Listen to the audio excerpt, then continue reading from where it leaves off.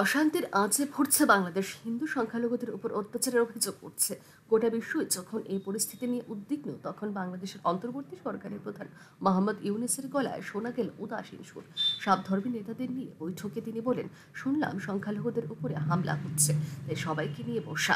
বৃহস্পতিবার ঢাকায় foreign service একাডেমিতে সমস্ত ধর্মের প্রতিনিধিদের নিয়ে বৈঠকে বসেন অন্তর্বর্তী সরকারের প্রধান মোহাম্মদ ইউনূস। বৈঠকে তিনি বলেন, আমরা সবাই মিলে আলোচনা করব তথ্য প্রবাহ কিভাবে পাবো, অপরাধীদের কিভাবে ধরা হবে, সকলের কাছে যাতে সঠিক তথ্য পৌঁছয় তা নিশ্চিত করতে হবে। সংখ্যালঘুদের উপরে অত্যাচারের প্রসঙ্গে বলেন, শুনলাম সংখ্যালঘুদের উপরে হামলা হচ্ছে, তাই সকলকে নিয়ে বসা। আমি আগেও বলেছিলাম যে আমরা সকলে একটা পরিবার, নানা ধর্ম মত রীতি থাকবে, কিন্তু সকলে এক পরিবারের সদস্য। আমরা কেউ কারো শত্রু নই, আমরা সকলে বাংলাদেশি, এক পরিবার। হাসিনার বিদায় এবং ইউনূসের অন্তর্বর্তী সরকারের প্রধান হিসাবে দায়িত্ব গ্রহণের পর থেকে সংখ্যালঘুদের উপরে হামলার অভিযোগ। প্রথমবার হামলার অভিযোগের পরে ঢাকেশ্বরী মন্দিরে সফরের প্রসঙ্গে টেনে ইউনূস বলেন, সকলের বলা ধর্ম কাজকর্মের অধিকার সমান। এরপরে তিনি বলেন, নতুন কথা উঠছে যে হামলা হচ্ছে, অত্যাচার হচ্ছে। আমি খোঁজ নিচ্ছি, সব দিক দেখলাম এটা হচ্ছে না। আমাদের গভীরে গিয়ে দেখতে হবে সত্যিটা কি, সঠিক তথ্য কিভাবে পাবো তা আমাদের জানা আছে। কর্তারা মন খুলে বলতে চায় না, আমরা আসল খবর জানতে চাই। ছাত্র নেতাদের উদ্দেশ্যে ইউনূস বলেন, তোমাদের কারণে আজ বাংলাদেশ নতুন করে স্বাধীন হয়েছে। তোমাদের দায়িত্ব আছে রাষ্ট্র যেন ঠিক পথে চলে, তা যেন লক্ষ্য থেকে বিচ্যুত না হয়। আজকে বসলাম এই জন্য, পরিস্থিতি যা পত্রপত্রিকায় দেখছি, মানুষের মধ্যে দেখছি, তো মনে অনেকগুলো প্রশ্ন জেগেছে। সেই প্রশ্নগুলোর জবাব খুঁজে পাওয়ার জন্য আপনাদের সঙ্গে বসা। এই সরকার যখন গঠন হয় জুলাই অভ্যুত্থানের পরপরই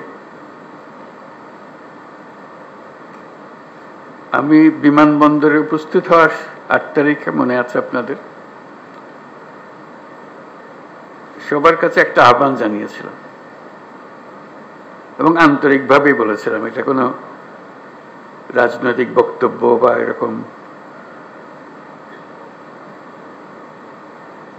যারা শুনছে শ্রোতা তোষণ বক্তব্য ছিল না। বলছিলাম যে এটা আমরা একটা পরিবার, আমরা আমাদের নানা মত থাকবে, নানা ধর্ম থাকবে, নানা রীতিনীতি থাকবে, কিন্তু পরিবার এক, আমরা সবাই একই পরিবারের সদস্য। এটাতে জোর দিয়েছিলাম। আমাদের শত পার্থক্য সত্ত্বেও আমরা কারোর শত্রু নই, পরস্পরের শত্রু নই। আমরা এক জায়গাতে এক কাতারে ওইখানে চলে আসি যখন আমাদের জাতীয়তার প্রশ্ন আছে, আমাদের পরিচয়ের প্রশ্ন আছে। আমরা বাংলাদেশি, আমরা এক পরিবারের সদস্য। তারপরে যখন শপথ গ্রহণ করলাম,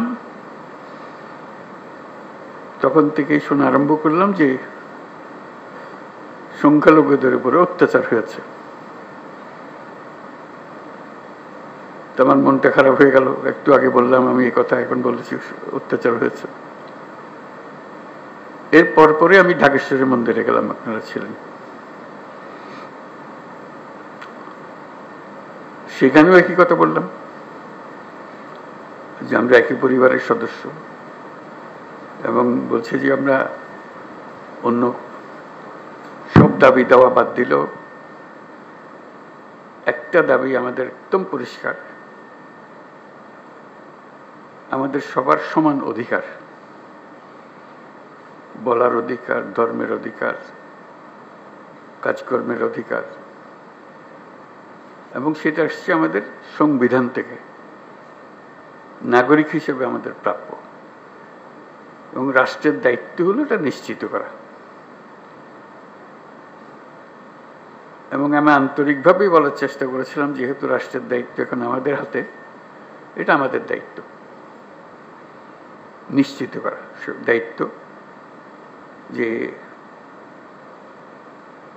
সংবিধান নাগরিককে যে দায়িত্ব দিয়েছে সেই দায়িত্বগুলো তার কাছে পৌঁছে দেওয়া, নিশ্চিত করা।